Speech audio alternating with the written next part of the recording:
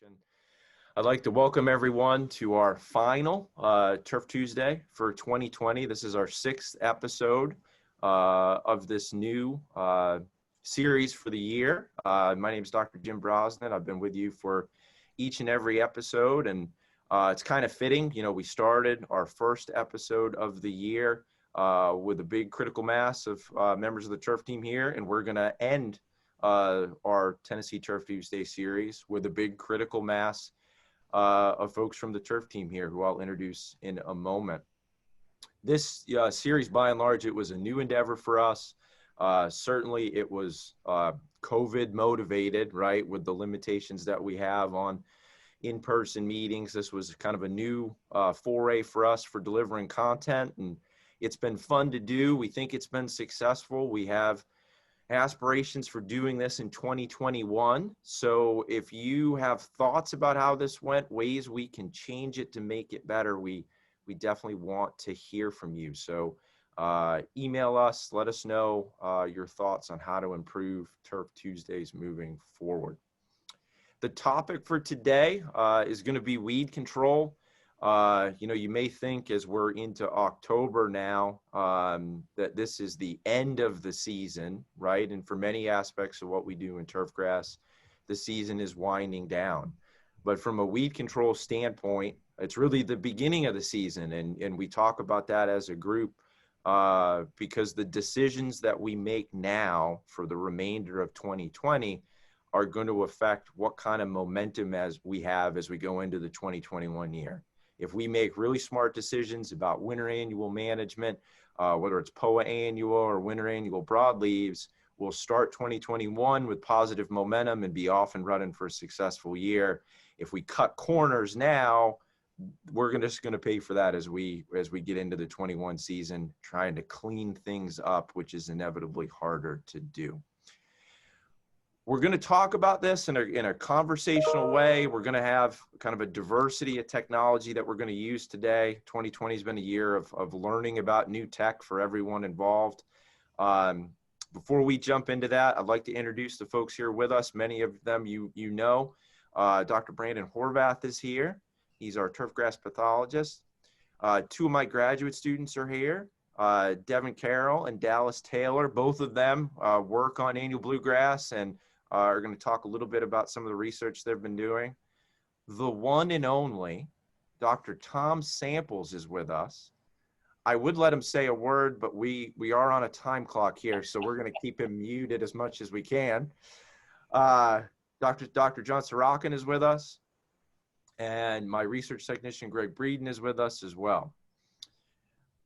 Before we jump into the content, I know many of you that are listening are interested in pesticide recertification points. If you are one who is interested in Tennessee pesticide recertification points, that information was captured when you registered. So when you registered for today's webinar, you were asked to put your name, your business, your location, whether you wanted pesticide credits, selecting the state of Tennessee, and then indicating your license number.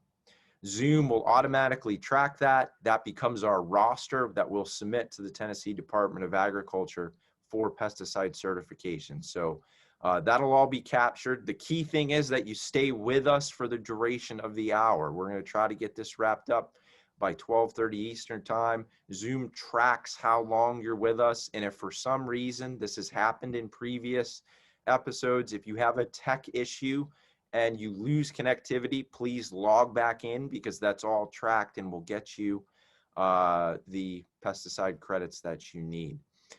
We have pesticide credits for other states. I know we have several from Kentucky that are listening. That is tracked the same way. You indicated that information upon registration. I think Kentucky, South Carolina, Texas, Georgia, and Mississippi are all states in addition to Tennessee where we will have pesticide credits available.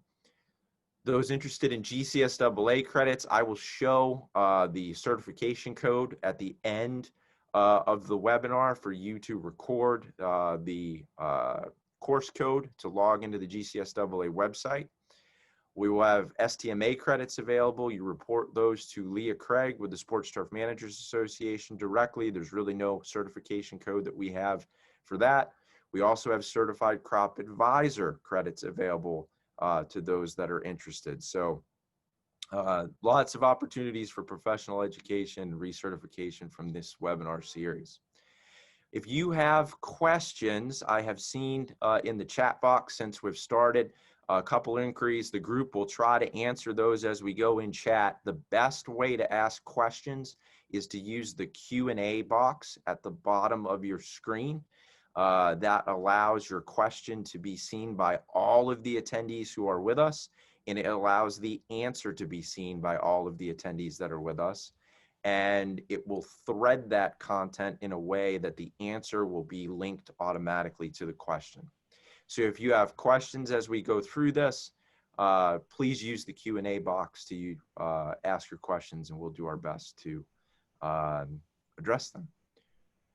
Okay, I think that gets us through kind of all the business on the front end of this and allows us to jump into the content. I mentioned 2020 has been a year of technology with not having the ability to have people come see our research in person.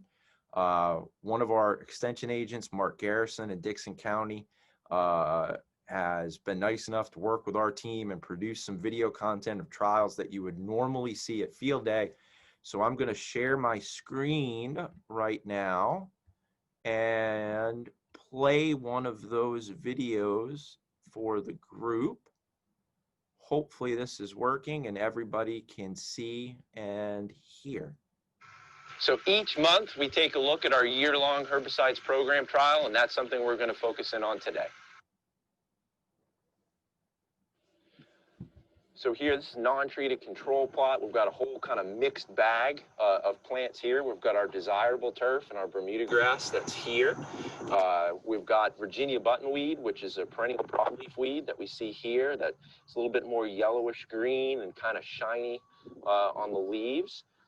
Interesting thing about Virginia buttonweed, has both above and below ground flowers. It's really hard to control, particularly with single applications. We've got crabgrass in this plot here. So this is smooth crabgrass that's going to be intermixed within this plot. We've got Dallas grass in this plot. So this clump-like plant here, this is another perennial grassy weed that's really hard to control. We've got some clover that's in this plot here. That's another perennial broadleaf weed. And then kind of mixed throughout, it might be hard to see because it has a grass-like appearance. We've got Kalinga in this plot. So that's another problematic perennial weed in our climate that's really hard to control, and a reason why we need herbicide programs to try to target so many different weeds within our desirable turf. So this is a program from Harrell's. You know, one of the ideas behind this program is how do we come in and look at timely herbicide applications coupled with timely fertilizer applications. And we can see really clean turf here. You know, this has had a spring post-emergence cleanup, some pre-emergence chemistry in the spring, particularly an echelon application that's done a really good job of taking the Kalinga out of this stand, and then other herbicide treatments throughout the years. You can see, and right now we've got almost weed-free turf with really high turf quality. This is another program from Harrell's as well, again, kind of coupling that fertilizer plus herbicide concept together. This has had some more recent treatments. You can see in the center of the plot some symptomology on some broadleaf weeds, from some more recent applications there. But all in all, we've reduced our overall weed pressure. Our quality of our turf might be a little bit behind what we saw previously, in large part because weed control earlier in the season was higher with the first program. And this is another program from Harrell's here at the end. Kind of the same story. We've done a really good job reducing our weed pressure. You can see kind of outside of the plot, in the back half there, almost a straight line where we have treated in the front, non-treated outside, and really good overall control, particularly of Virginia buttonweed and crabgrass.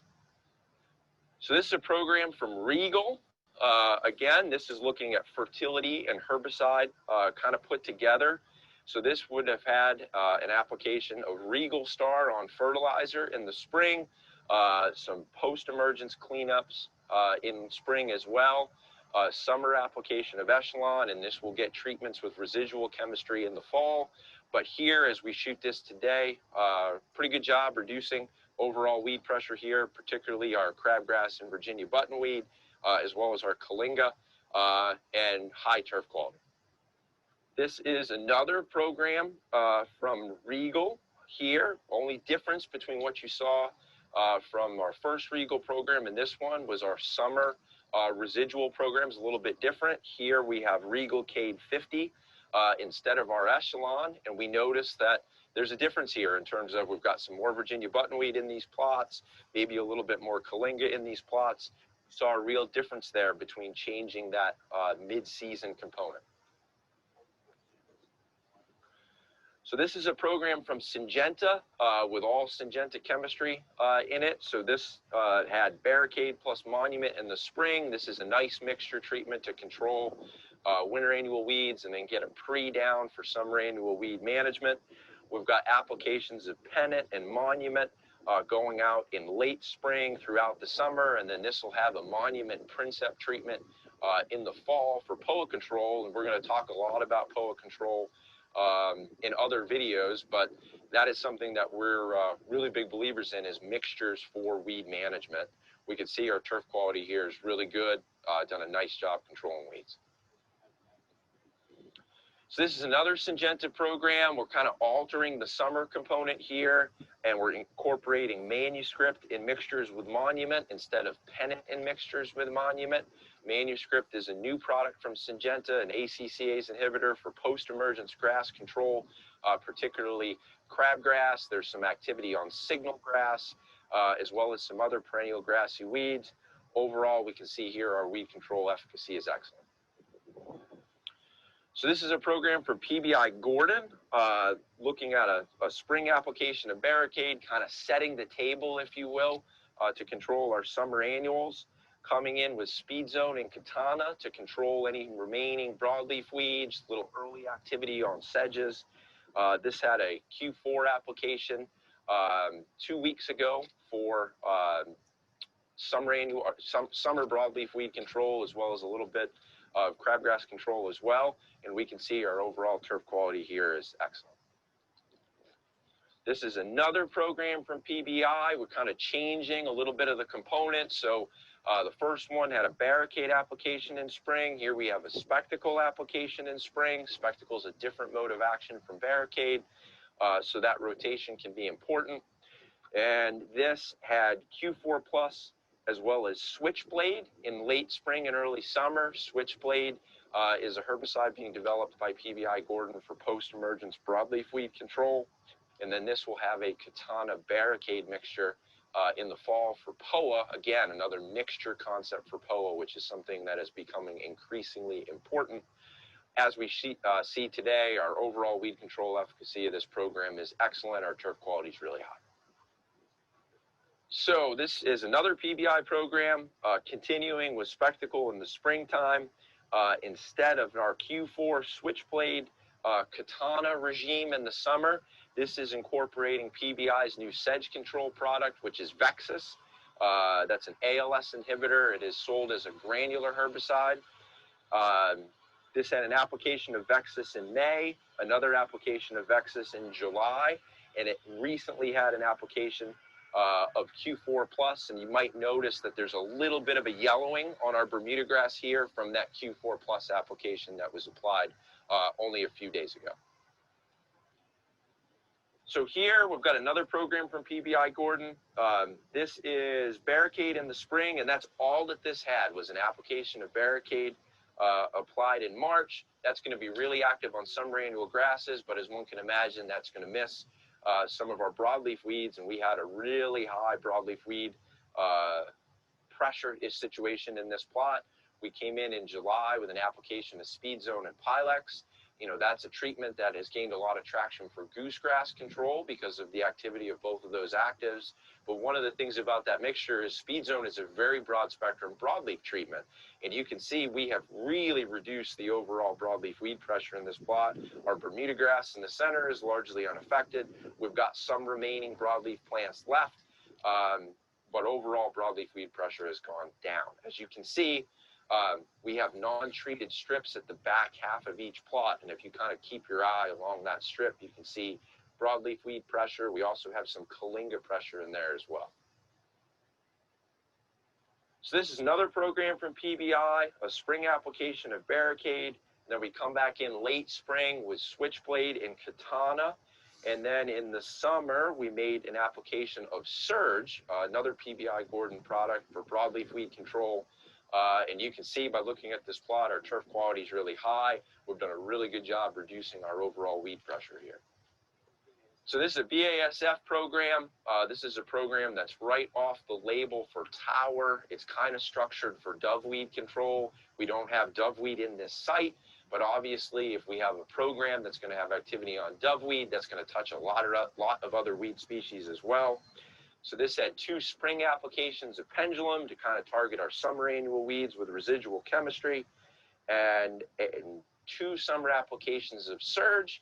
And then this will get freehand later on in the year for POA control. That's a treatment that we've done a lot of work with over the past few years that's gained a little bit of traction amongst the superintendent community for POA management.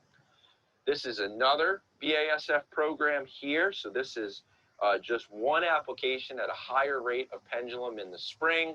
We're coming in then with a drive application in June to clean up any crabgrass that may have broken through that early season treatment. And it's had nothing since then. And we are going to try a new concept here in the fall for POA management. We're going to put Tower and Pendulum together, both liquid formulations. The freehand that has been used in the industry for a few years is formulated as a granule. That's really hard to apply over large acreage. We think that the mixture could give us similar results, so we're going to test that in the fall of 2020. This is a program from FMC. So this had a March application of Echelon, a June application of Solitaire, and then a blindside application in July. All of those are going to target our sedges, our Kalingas. The Solitaire and blindside in particular, you're going to touch on broadleaf weeds because blindside contains metsulfuron. Solitaire is going to help us on the grass front because it contains quinclorac. And then this will have a Katana exonerate mixture for POA management in the fall. This is a program from Corteva. This had a Roundup application during dormancy, which is very common across Tennessee to clean up a whole suite of winter annual weeds pretty effectively.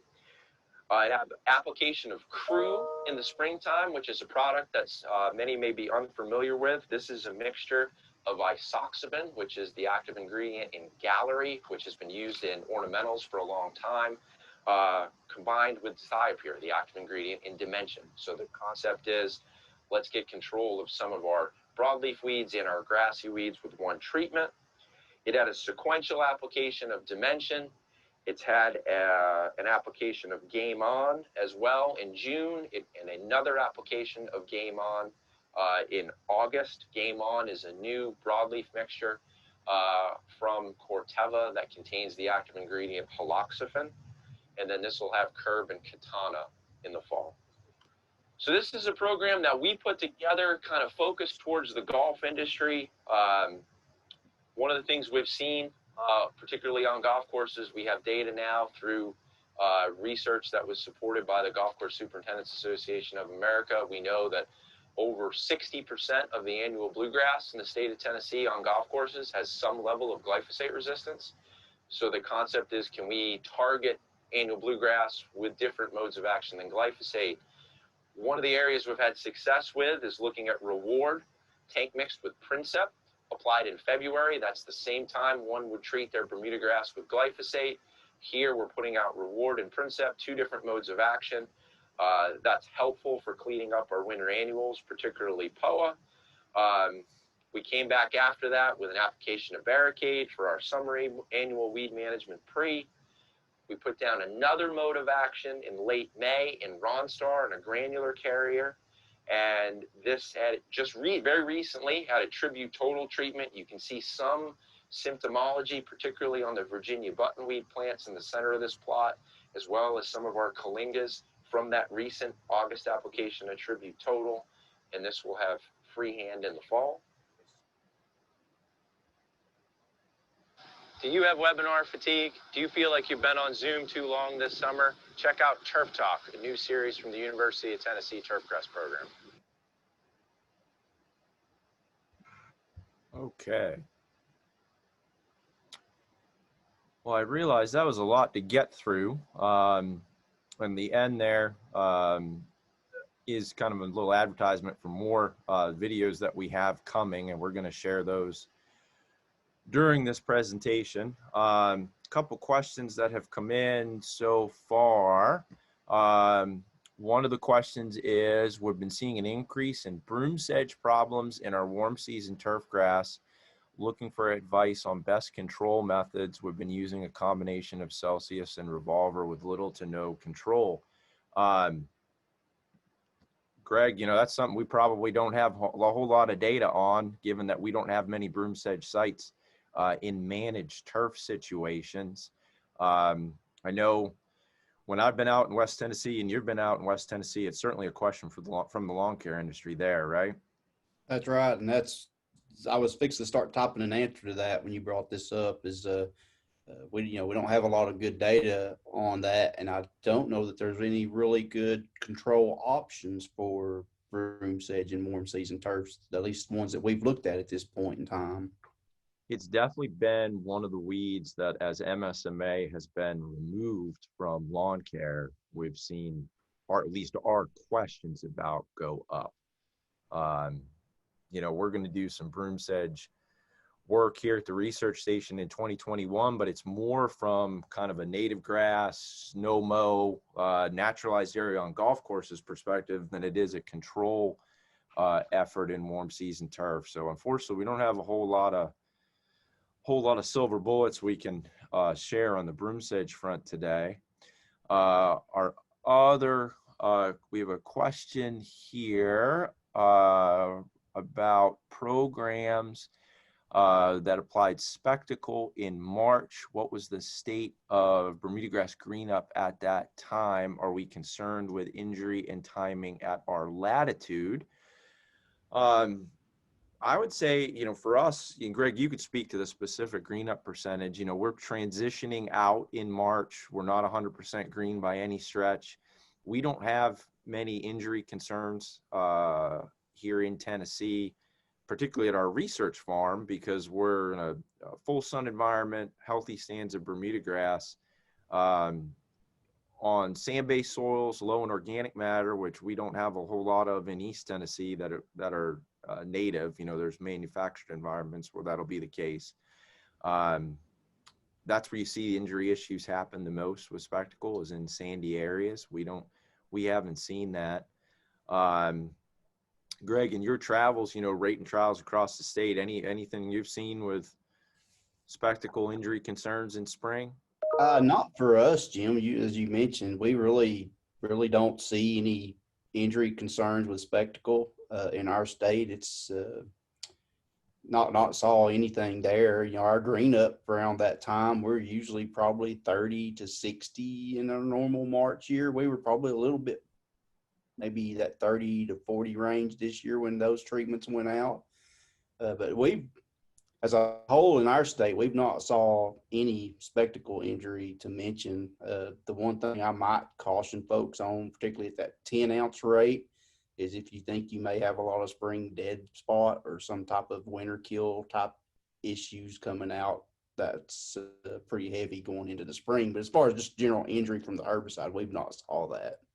That's a good point. I mean, 10 ounce would be the label max for a single application, trying to get everything down in advance of summer annual flush as we can. And, you know, we've worked with some golf courses that, knowing that spectacle is a pretty good goosegrass active and has safety on green Bermuda grass, they'll pick an alternative chemistry for pre-application number one, and then try to position that spectacle close to goosegrass germination and emergence later on in the spring.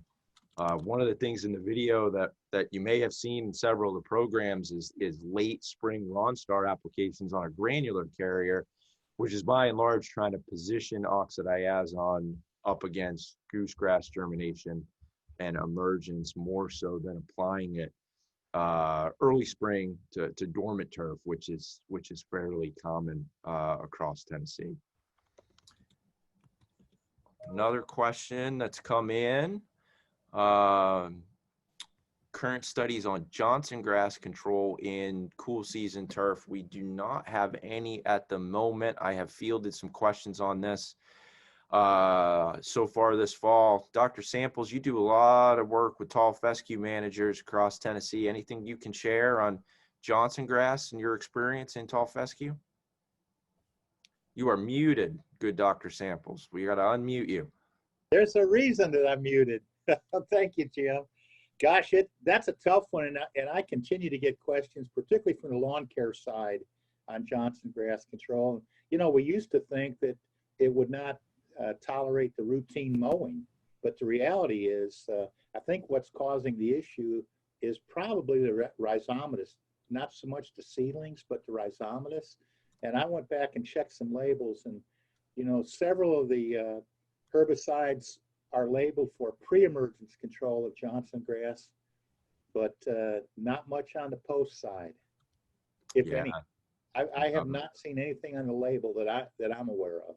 Yeah, neither have I. I know that, you know, Certainty, which is used in turf grass, active ingredient sulfosulfuron, has activity on Johnson grass, but it would be a highly injurious treatment to tall fescue. I believe it's a bleach. Several years ago, Greg, we used Certainty for tall fescue removal from a diversity of turf stands. Yeah, that's right. You know, the Johnson grass side, we've not done any work in here. I've heard of some folks doing Pilex, and having some activity with Pilex on Johnson grass. But again, we've not really done that ourselves, but that could be a potential option to try if you have some Pilex in your toolbox somewhere, to maybe give it a shot. And Greg, with particularly at the spot treatment rate.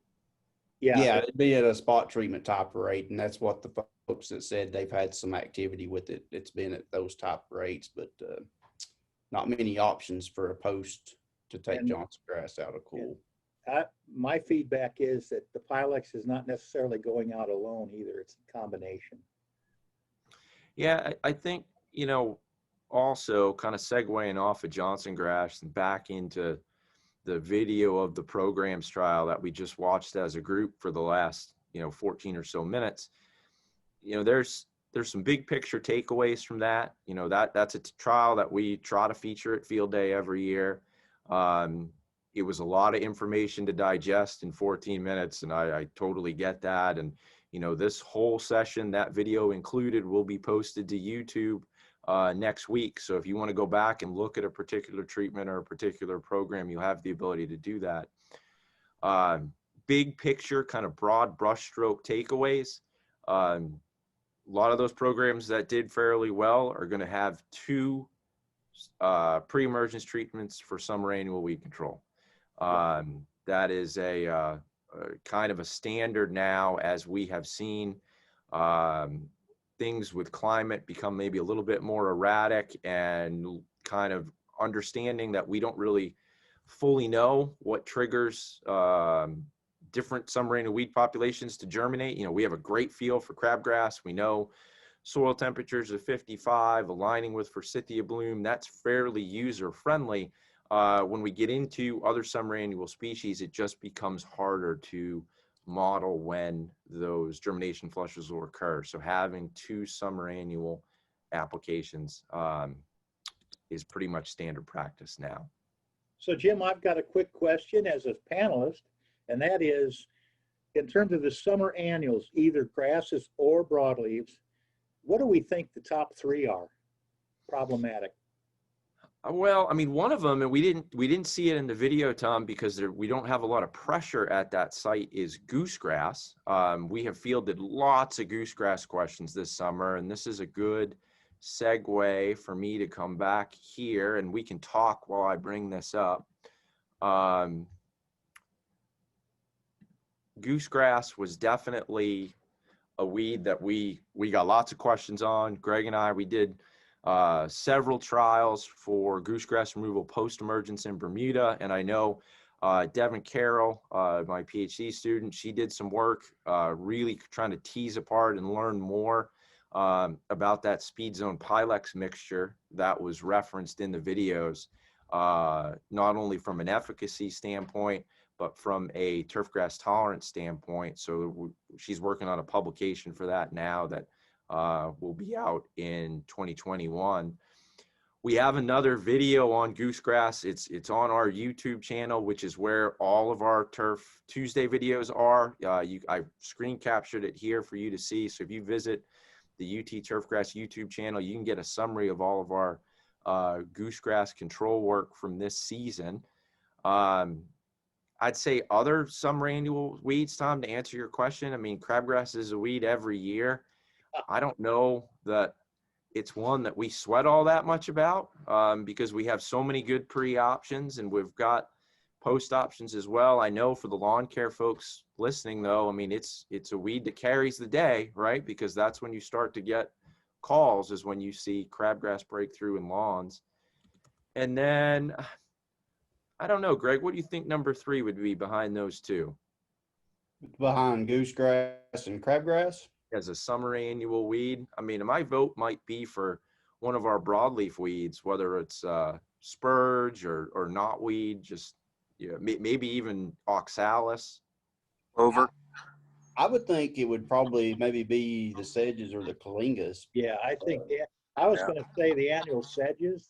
I've seen quite a few annual sedges this year, but the neat thing is, last year, I know the turf team talked about it. If it hadn't been for that combination post for goosegrass control last summer because of the conditions, I'm not sure that it would have been a very good, profitable year for lawn care. Yeah, and when we think about, our yellow nut sedges and we're starting to see more purple nut sedge now in Tennessee, those are perennial species. Our green kalinga, in false green kalinga, those are perennials as well. But annual sedge is certainly one on the radar, and I know that's been in Georgia for a while, to the extent that my colleague Dr. McCullough has worked on resistance in annual sedge in Georgia. And fingers crossed we can keep that at bay, because resistance in the sedge species would be tricky.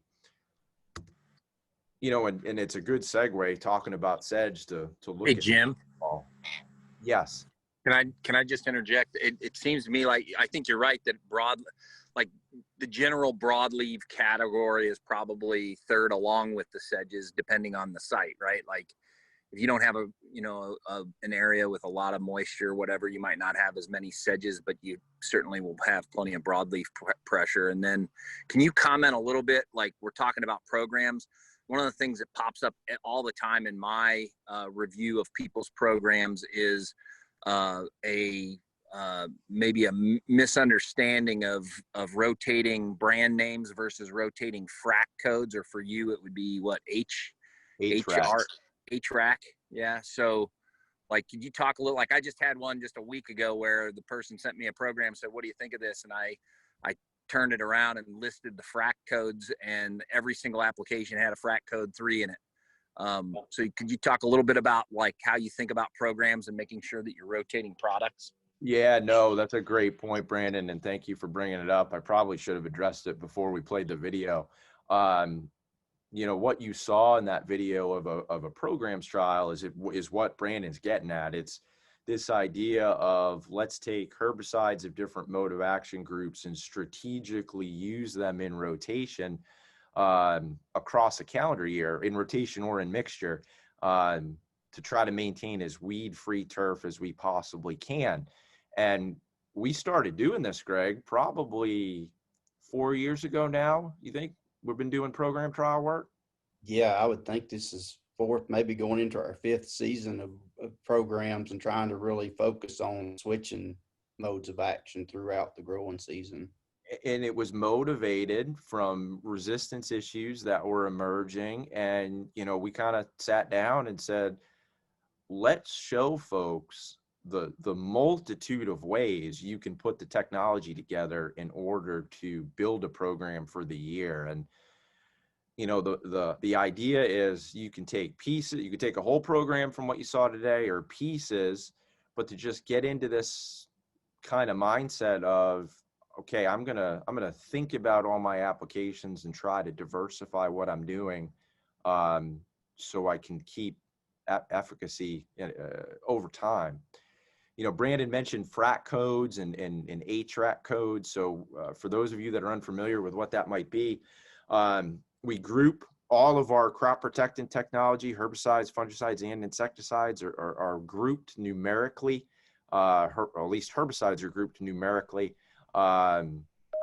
based on their mode of action, so based on how they work. And that makes things pretty user-friendly from a practitioner standpoint, that you don't need to remember that Barricade is a mitotic inhibitor and that Exonerate is a photosystem 2 inhibitor. They have different numbers, and those numbers can be found on product labels. And if you are changing your numbers, you are then rotating your modes of action in a effective way. If you are moving from Barricade into pendimethalin, which would both be group 3 products, that is not an effective rotation. You have changed your trade name, you have changed your active ingredient, but both of those products work in an identical manner. So that would not be an effective rotation. Great question, Brandon. So on the screen, you know, we talked about sedges a minute ago. For today's webinar, I went and looked into our rainfall accumulation data, and I did this for several cities, and you're going to see a really similar trend. All of these graphs will look the same. On the y-axis, we have precipitation in inches, and in the x-axis, we have month of the year. And we are looking at data for Knoxville right now. 2020 is our red line. Our blue line is 2019, and our gold line is 2018. So this is monthly precip total for the past 3 years. And what you can take from this slide is 2020 has been a very wet year. For almost every month of the season, we have had more rainfall than we had in that month in the previous 2 years. And even in February, you know, if you look over towards February 2019, it felt like the arc was coming. And February 2020 was not much different from that, from an accumulation standpoint here in Knoxville. Oop, I'm back one. Here's Chattanooga. Similar trend in Chattanooga. Almost every single month of the year, a higher rainfall accumulation total, or I should say precip total, particularly for those winter months. Here's Nashville. Again, higher in January, kind of the same in February. March totals are higher, May totals are higher, and what's really, really striking is our July and August precip totals in Nashville, way above what we saw in 2019 and 2018. And it's going to be for September, particularly way higher. Last September was quite dry and quite warm. And that affected a lot of things that we'll talk about here in a moment when it comes to POA. Jim, just a quick comment, and let's not forget, along with that rainfall comes cloud cover and then followed by humidity. Right, it's exactly right, Tom. And, you know, I wouldn't say this has been a banner year for Bermuda grass in any way. Our growing conditions for Bermuda have not been ideal. And if we have superintendents that are listening that are managing bentgrass, it's been one of the better bentgrass years in the past, you know, handful for the conditions that we've had. And then this is Memphis data, kind of the same trend, maybe a little bit below average, or I shouldn't say average, below where we were in 2019 in midsummer for rainfall accumulation, but fall totals, August and September in particularly, much higher than the year prior. So we think about this, we've had a wet year, it's been a cooler year, we're sitting here in October. You know, Greg, I know you and I have gotten a lot of questions in the past, probably 21 days about POA and when to treat for POA, and it's a major topic this time of year.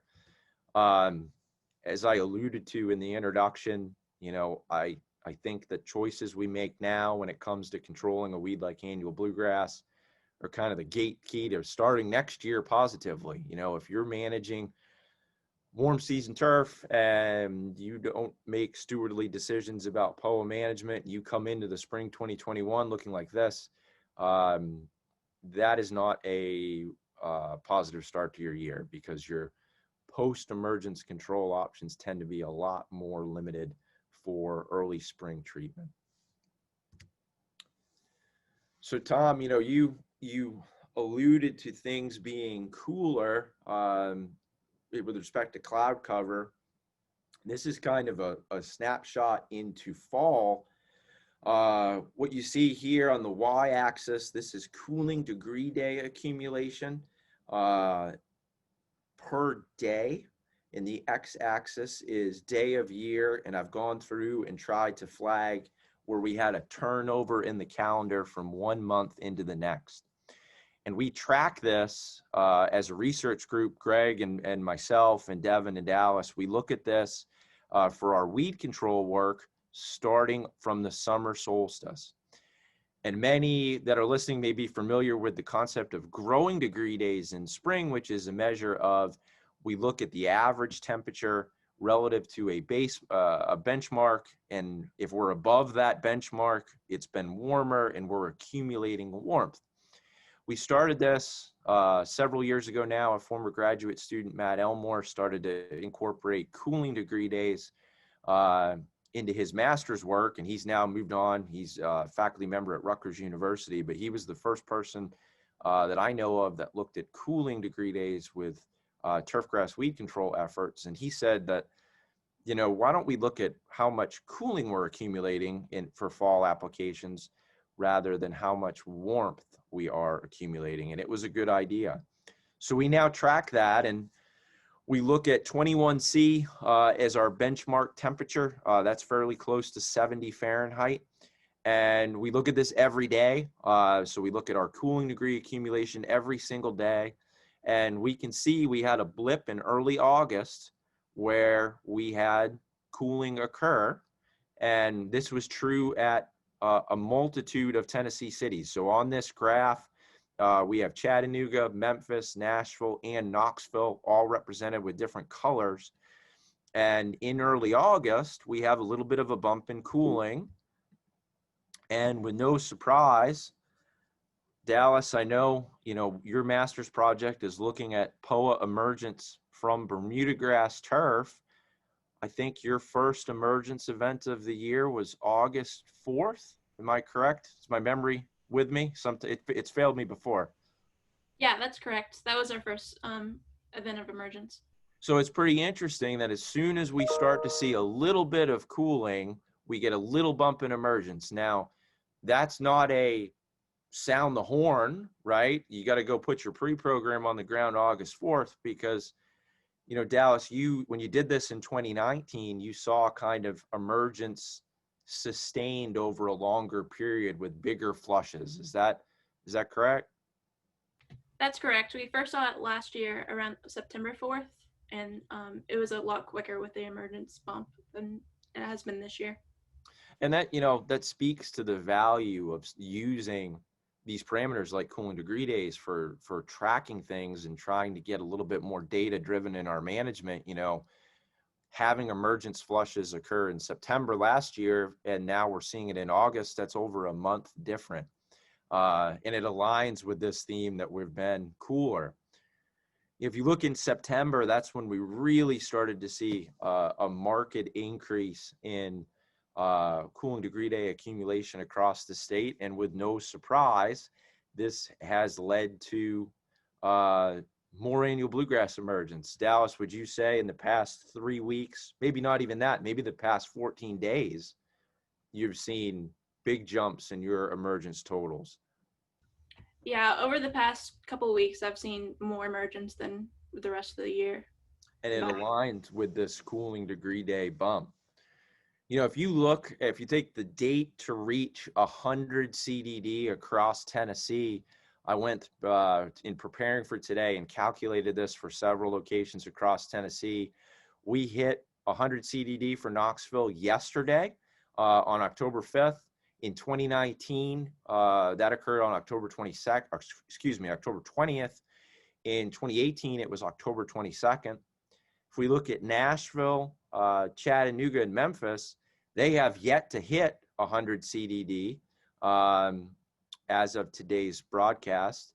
And you can see the historical dates of when they hit that in 2019 and 2018. So kind of big picture, broad brushstrokes, we're about 2 to 3 weeks ahead of pace in cooling. And that is aligning with what Dallas is seeing in tracking annual bluegrass emergence. This is just a comparison of annual bluegrass emergence 2019 to 2020 in Knoxville using the model that Dallas's data was used to generate last year. On the y-axis, we have POA emergence in yearly percentage, so percent of our yearly total, and then week of the year along the x. If we break this into different months, you can see August, September, and to the right of the last dashed line, October. 2019 is our green line and 2020 is our gold line. And things are tracking fairly similar throughout August and fairly similar throughout September. And as we get to the end of September, basically the last week of September into October is where we have seen a rapid increase in our POA annua emergence in 2020 compared to 2019. Now, if you're a turfgrass manager listening and that is alarming to you, I'd encourage you to use a little bit of caution or not do anything rash. You know, we have increased emergence for the past several weeks compared to the year prior. But if we look at our yearly total, we're still below 8% of our yearly total, which means we have 92% of our annual bluegrass yet to come. And we'll likely continue to see that as we go throughout October, but this becomes an important conversation when we think about zone defense programs. This is something that Greg and I put up as a way to easily remember the idea of using herbicides of different mode of action groups against POA. Zone defense in football, we have players of different position groups working together to achieve a goal. Here we can take, as Brandon mentioned, herbicides of different mode of action groups and put them together to achieve a goal of maintaining POA-free turf. We know that those programs do well when they are applied at an early post-emergence timing, and that's a little vague. If we look at our 2019 data, we know that what did the best was applied when we had about 40% of our yearly POA emergence occurring. And that was based on some abnormalities with weather in September last year, a little bit later than historical. The message, though, is that, yes, we're ahead of the curve. We still want to be thinking about getting these treatments out early post, but you are not late. If you do not have a mixture on the ground right now, you are by no means late. You're coming into the window of when you want to make the treatment. Annual bluegrass emergence this time of year, at some level, it can grow exponentially, which is a phenomenon I think we're all familiar with in 2020, is exponential growth of models. And, Greg and I have been telling people, Greg, would you say that Friday the 16th is probably an optimal day to target, and you have maybe 2 weeks after that to get the treatment down?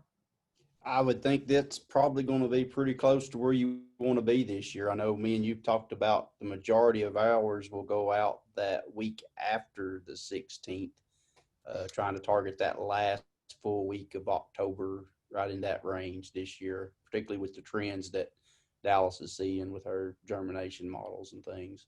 And the advantage to that, if you made that application now, or say you made it 2 weeks ago in late September, and say you picked Spectacle, Princep, and Tribute, or Monument, Princep, and Barricade, you're basically relying on only the pre-component of that mixture, right? Because if you don't have emerged plants to absorb the post components and be controlled by the post components, it's just a pre-treatment, right? So erring on the side of maybe being a little bit later and having 40-ish or more % of your POA emerged when you make that application tends to be fairly good practice. Now, these zone defense programs, they help us from a resistance standpoint. I talked about 8-track numbers you can see here. These are our top performers from 2019, 2020 trials, and every one of those top performing treatments at our 3 locations was a mixture of different mode of action groups. And the more we can throw at a weed like POA, the better off we're going to be from a mode of action diversity standpoint. So Jim, let me interrupt just for clarification, because we're referring to Dallas's data. What constitutes seed germination? In other words, there's a really good chance that you would see seed germination, but no seedling emergence, right? Correct. So Dallas, you're counting actual seedlings. Is that correct? I'm counting the emerged plant. So if you can see something, no matter how small it is, I'll count it. Okay, so we're looking at maybe as little as a 1/16 of an inch in seedling height. Correct. Okay, thank you.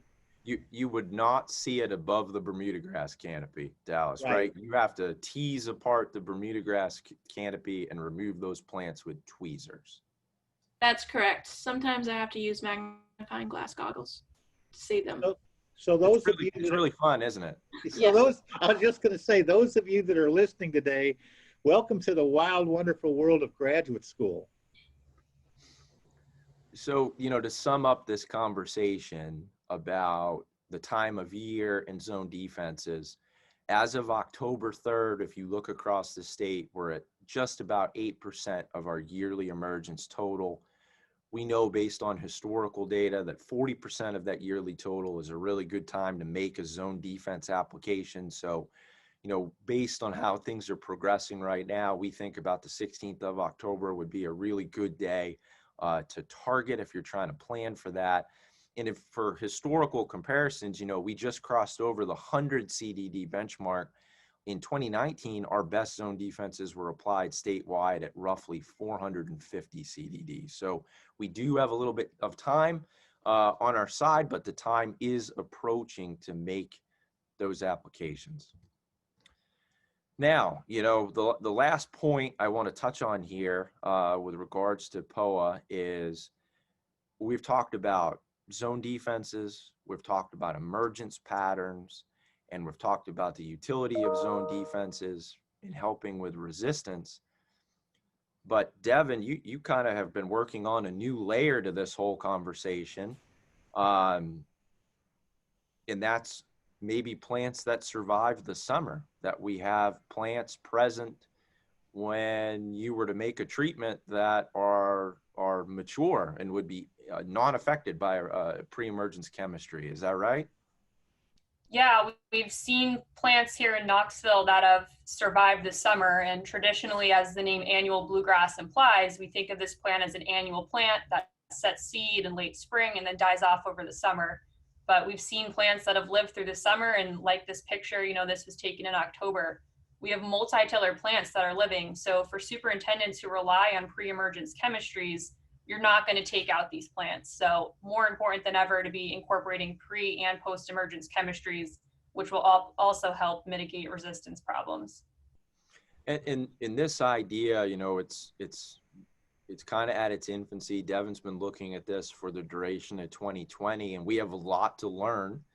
You know, Devin, I think one of the big picture takeaways from your work this year is just proving that this is a thing, that we can see POA survive in Tennessee, not on a putting green, and it survives the entirety of the summer, right? And that's a big finding, but I'm sure, you know, you have a lot of work ahead of you to understand environments and different climatic variables that affect this. But it's going to become, I think, a new kind of part of the conversation as we think about managing annual bluegrass in Tennessee. You know, the photo here to me is very striking. This is from October 1st, and that is a not Dallas, based on your experience counting POA seedlings every week for almost the past 24 months. This is not what you're counting. Would you say that's fair? Yes, this is definitely not what I'm. So, you know, this idea of perenniality in POA in non-green scenarios is fascinating to us from an academic standpoint. And I think once we learn more about it, can help with management moving forward. We've had another question come up here. Nope, just a thank you. You are welcome, Norma. That is the end of my slide set, and I know we are coming up on the hour. Let me bring up our GCSAA certification code, so we have that for our attendees who need it. There it is here. So this is our Tennessee Turf Tuesdays, Herbicide Programs for Tennessee, Lesson Learned and the Road Ahead. This is your approval code for GCSAA. One of the things to note, as I mentioned, all of our Turf Tuesdays are recorded and posted to YouTube. So if you are watching this as a recorded video and it's after the event date, you want to make sure when you report your event approval code to GCSAA, you list the actual event date and not the date that you watch the video on YouTube. And I'll leave this up for another minute or two so people can have time to jot it down. Any last words from anyone on the panelist side with us? This will be our final Turf Tuesday for the year. Hey, If anything they want to say, speak now or forever hold your peace.